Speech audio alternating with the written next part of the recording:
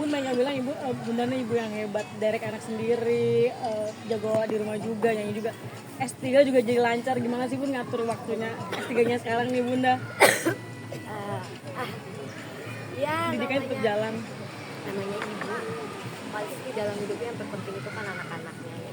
Gitu. Aku pasti karena aku dulu mengalami hidup tanpa salah satu orang tua, jadi aku nggak mau anak-anakku harus merasakan hal yang sama.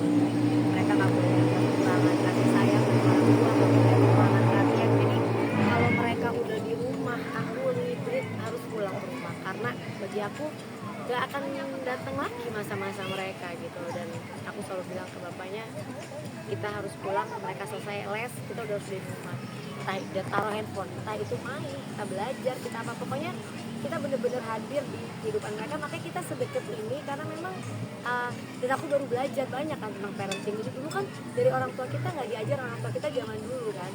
Aku baru banyak belajar tuh dari sosial media, dari buku, bahwa di orang tua tuh emang harus belajar terus karena nggak ada sekolahnya.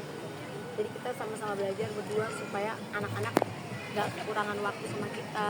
Tangki cintanya harus penuh sama bapaknya, sama ibunya, nggak boleh kekurangan, sama kakak-kakaknya. Jadi Arsya udah bisa kayak dia jatuh, kalau li aku jatuh, tanganku patah, yaudah kalau li rumah sakit sekarang. Ya Allah, orang belum patah padahal baru perkiraan dia gitu. Jadi mungkin Allah ngasih rezeki ke orang berbeda-beda, tapi alhamdulillah keluarga ini dikasih rezeki ya sampai hari ini adalah dekat semua.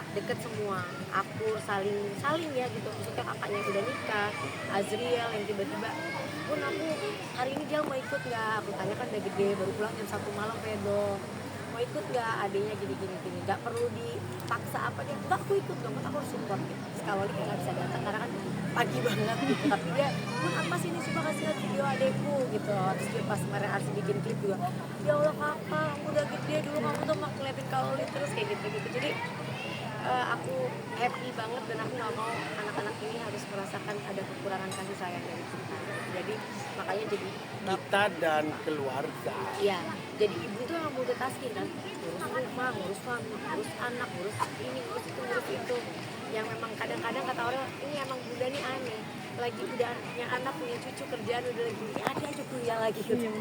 Nyari pusing sendiri katanya gitu. Tapi aku menikmati aku gagalnya, aku kena tegurnya, dan aku di kampus yang tidak memikirkan kamu itu karena public figure terus kita bangga punya public figure, enggak gitu. Ini kan kampus Universitas Airlangga tuh negeri ya, salah satu negeri yang terbaik itu di Indonesia. Mereka kalau jelek atau kurang apa pulang revisi apa, makanya ya jadinya lama tapi seneng gitu menikmatin prosesnya karena gagal, nangis, capeknya, berantemnya dan lain-lain gitu. Jadi ada prosesnya gitu, nggak mudah. Tapi kalau S1 tuh kayaknya aku kayak nggak ngerasa kuliah dulu, kayak tiba-tiba lulus gitu. S2 lumayan lah, itu aku lumayan berat ya, tapi karena aku nggak linear kan sama S3 ini. Wah, Masya Allah. Ya, habis itu disebut doktor. Masya Allah. Makanya kan Doktor Rasanti. Masya Allah. Itu juga ngambil dari titik. ini juga S2-nya mau lulus loh. Iya, bentar aja. Saingan pendidikan berarti penting ya Bun ya, suami dan istri nih. Pokoknya tinggi-tinggian S-nya. Kalau ada S4, tapi aku mah jangan biar, aku tuh kan bercita-cita banget ya, pengen banget jadi pengacara yang membela orang-orang yang lemah tanpa dibayar. Itu kepengen banget. Jadi aku bilang sama dia, kayak kalau aku sampai lulus S3, aku pengen ambil S1 hukum deh. Si orang langsung kayak, ini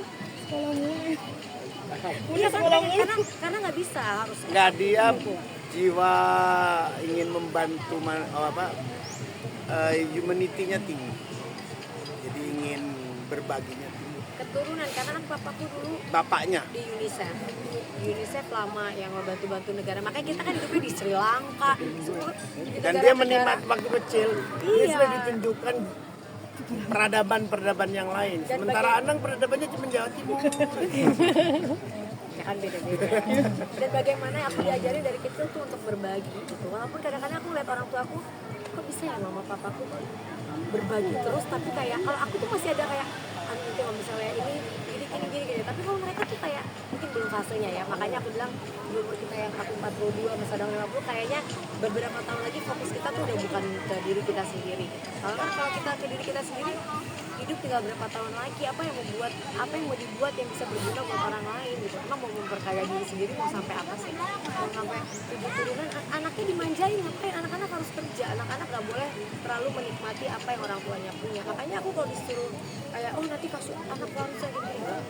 Aku mau menikmati apa yang aku dapat, ya aku nikmati bareng-bareng dong, ya kan? Selagi aku masih hidup gitu kan. Tapi kalau anak-anaknya harus berjuang sendiri, mereka akan punya masa depannya sendiri. Tapi mereka nggak boleh dimanjain dengan hal-hal yang misalnya aku nggak bisa dapet di kecil, aku kasih ke mereka. Pasti ada, tapi tidak boleh terlalu berlebihan. Karena kalau nggak jadi apa-apa anak kita. Apalagi nanti dunia akan lebih keras lagi gitu. Bun, kemarin itu juga katanya ngambil terinspirasi. Emang ini semua ditayangin ya? Iya, Bun, terinspirasi dari DJ sama Yuni Sara, bener gak sih, Bun? Oh bukan, Radit DJ sama Yuni Sara itu adalah salah satu informan aku. Karena judul aku kan adaptasi penyanyi generasi baby boomers dan Gen X, generasinya Mas Anang. Jadi nanti aku juga akan wawancara Mbak Kade, akan wawancara Bang Aji Roma, ada 10 baby boomers, 10 Gen X. Kenapa aku ambilnya 2 aja? Karena kalau aku ambil sampai Gen Z, aku kayaknya 10 tahun belum tentu lulus katanya. Karena aku ambil kan kualitatif. Jadi katanya dosen aku, kamu jangan terlalu besar gitu lingkupnya, disepitin lagi. Kalau kamu 10 tahun saya yakin gak akan lulus gitu, karena berat. Karena aku juga harus membuat novel baru gitu kan, untuk disertasi aku ini. Dan aku udah ketemu kemarin sih, namanya Ashanti Theory. Gaya banget ya. Doain lah, mudah-mudahan aja berhasil, mudah-mudahan ini bisa selesai. Yang jelas kenapa aku wawancara beliau-beliau kemarin terakhir Mbak Camelia Malik, karena aku ambilnya 2 generasinya legend-legend tersebut. Oke guys. Bun, dikit mau soal mana boleh nggak sih, Bun? Apa itu sampai di mana? Hari Senin.